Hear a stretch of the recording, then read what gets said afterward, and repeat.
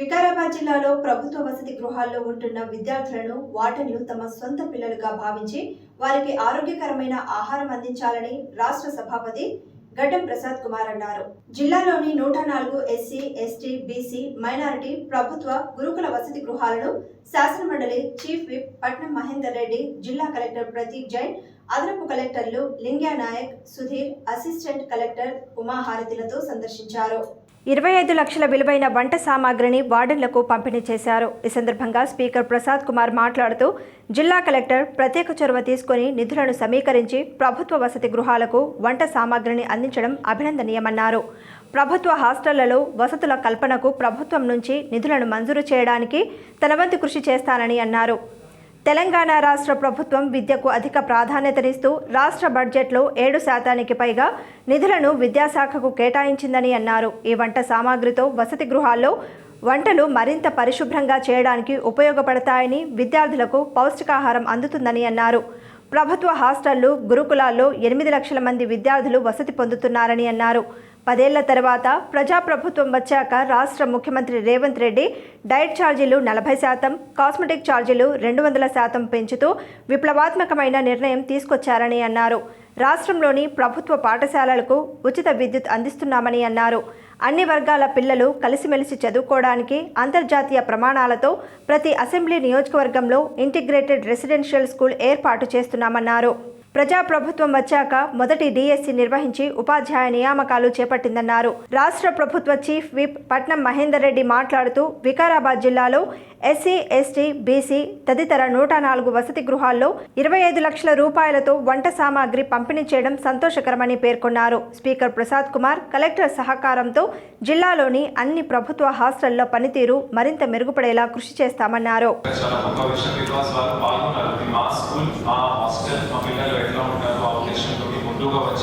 స్పెషల్గా lady officers ఎవరైతే ఉన్నారో మీకు అందరికీ ధన్యవాదాలు. నా తరఫు నుంచి శుభాకాంక్షలు. అసలు వాళ్ళలో ఆ ఫీలింగ్ తీసుకుని వచ్చాము సార్, ఇది మన పిల్లలు, మనం చేయకపోతే ఎవరు చేయలేరు అని. సో వాళ్ళనే మనం కొద్దిగా ప్రెషర్ చేసాము సార్, టార్గెట్స్ ఇచ్చాము, పర్సూ చేసాము, అంతా హెల్ప్ చేసాము. ఎంత వరకు అయితే మ్యాక్సిమం మనం ఇప్పుడు ఫొటోస్ సార్, ఇది చాలా స్మాల్ ఫొటోస్ చూపెట్టడం జరిగింది సార్. ఇంచుమించు మనం 97 స్కూల్స్ని మొత్తం వర్క్ చేయడం జరిగింది. 97 స్కూల్స్ సంబంధించి ఫస్ట్ గవర్నమెంట్ ఓన్ బిల్డింగ్స్లోనే చేసాము సార్. ప్రైవేట్ బిల్డింగ్స్లో మనము రూల్ మనకి అలౌ చేయము, కానీ ఇక్కడ కూడా ఫ్యాన్ లైట్స్ అయితే ఎంత అడిగారు అంత వరకు మనం ఇవ్వడం జరిగింది సార్. బికాస్ పిల్లలు ఎండలో ఇబ్బంది పడకూడదు. ఆ దాంట్లో వస్తే సార్ మధ్యలో ఆ తర్వాత గవర్నమెంట్ కూడా ఒక మంచి నిర్ణయం తీసుకుంటుంది, కామన్ మెన్యూ అని. పాత కాలంలో ఏముండేది సార్, ఎప్పుడైనా రేట్ పెంచినప్పుడు ఒక్కొక్క డిపార్ట్మెంట్ ఒక్కొక్క రకంగా ఉండేది. బీసీ వాళ్ళు ఏదో వాడేది, సోషల్ వెల్ఫేర్ వాళ్ళు ఏదో వాడేది, యూనిఫామ్గా ఉండేది కాదు. మనకి కూడా అడ్మినిస్ట్రేషన్ ప్రకారంగా, పరిపాలన ప్రకారం కూడా ఇబ్బంది ఉండేది. ఒక మంది ఎగ్ ఎక్కువ పెడతారు, కొంతమంది మటన్ ఎక్కువ పెడతారు, ఆ రేట్ ఫిక్స్ చేయడం అంతా మెస్ ఉండేది సార్. ఇప్పుడు ఏదో స్కూల్కి పోయినా సార్, మనం ఏదో హాస్టల్కి, రెసిడెన్షియల్ బోర్డింగ్ లాజింగ్ కాడ ఉన్న స్కూల్స్కి చూస్తే కేజీబీలో కూడా రాబోతుంది సార్. మొన్ననే మాట్లాడడం జరిగింది. ప్రతి స్కూల్కి పోతే సేమ్ మెన్యూ పాటిస్తున్నారు.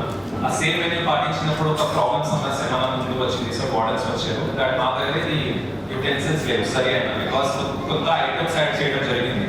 అది కూడా న్యూట్రిషనిస్ట్ తోటి మాట్లాడి స్టేట్ లెవెల్ డెసిజన్ తీసుకున్నారు, బోండా చేయాలి, ఇడ్లీ చేయాలి. సో అవి కూడా సార్ ఈ తమ దృష్టిలో కూడా తీసుకురావడం జరిగింది. అప్పుడు మీరు కూడా గైడెన్స్ ఇచ్చారు, సో ఎట్లా చేద్దాం. సో ఇది మొత్తం యుటెన్సిల్స్ ఉండడం జరిగింది సార్.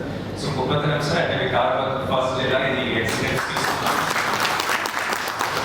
వాళ్ళు మంత్రి వారితో ఫోన్లో మాట్లాడడం జరిగింది, వాళ్ళు కూడా చాలా ప్రోత్సహించారు. మీరు ముందుగా పోటీ మనం ఇక్కడ చూస్తాం. సో ఆల్మోస్ట్ మనం ఈరోజు మన జిల్లా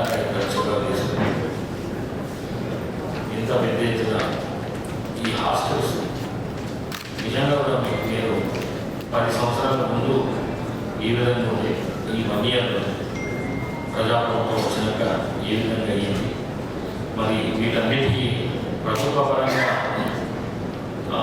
బడ్జెట్ రాకుండా కలెక్టర్ గారి శ్రమ వల్ల ఇంతకుముందు ఒక పదాన్ని మాట్లాడడం జరిగింది. ఇది అక్కడ భద్రాచలం చేసింది సార్. అయితే అది చేసే దానిలో కూడా ఇవన్నీ వారికి ఏదో చేయాలి, కొత్తదనం చూపించాలి ఈ జిల్లాలో అనే ఉద్దేశంతో ఈ హాస్టల్స్లో పెద్ద ఎత్తున డబ్బులు సమకూర్చి అన్ని విధాలు పిల్లలకు అవసరమైన అన్ని సమస్యలను దృష్టిలో పెట్టుకొని ప్రతిదీ ఒకటి చేసుకుంటూ దాంట్లో కూడా మా సహకారం కూడా ఉన్నది. ఇంకా ముందు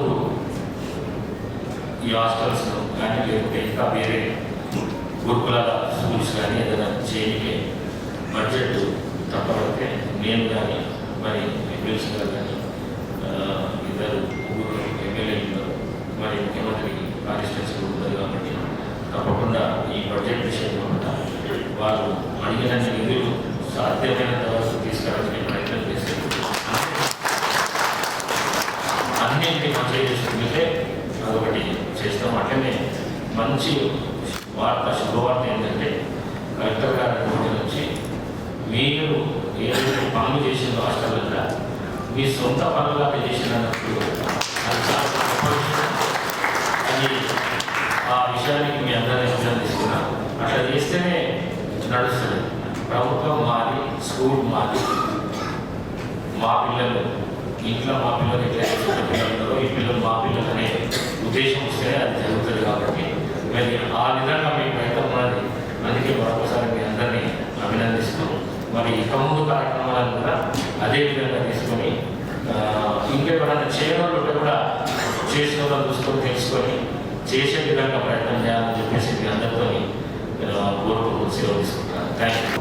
వికారాబాద్ జిల్లాలో 104 హాస్టల్స్ ఉన్నాయి.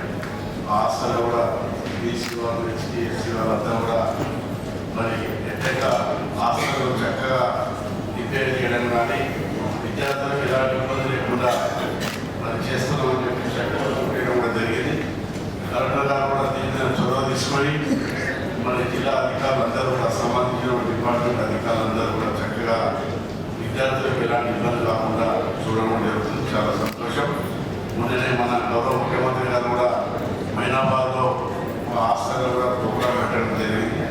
రాష్ట్రంలో అందరు మంత్రులంతా కూడా ప్రతి జిల్లాలో పోయి విద్యార్థులందరికీ మంచి భోజనం అందించాలని చెప్పి ఏదైతే 1800, 1500 ఉన్నట్టు దాన్ని మరి ఒక్కొక్క విద్యార్థికి 25,000, 2,500 రూపాయలు ఇవ్వడం చాలా సంతోషం.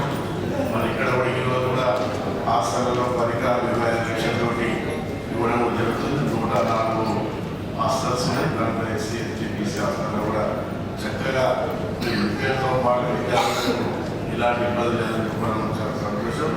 మన దగ్గర ఎస్సీ 22, బీసీ 29, ఎస్టీ 15 ఉన్నాయి. మన దీంట్లో కూడా ఈరోజు ఈ పరికరాలు ఇవ్వడం చాలా సంతోషం. ముఖ్యంగా కలెక్టర్ గారు చొరవ తీసుకొని మరి పేద విద్యార్థుల పట్ల మరి జిల్లా అధికారులందరూ కూడా మంచి కార్యక్రమం తీసుకొని ముందు పోతూ తప్పకుండా స్పీకర్ గారు మా అందరూ సహకారం మీ అందరూ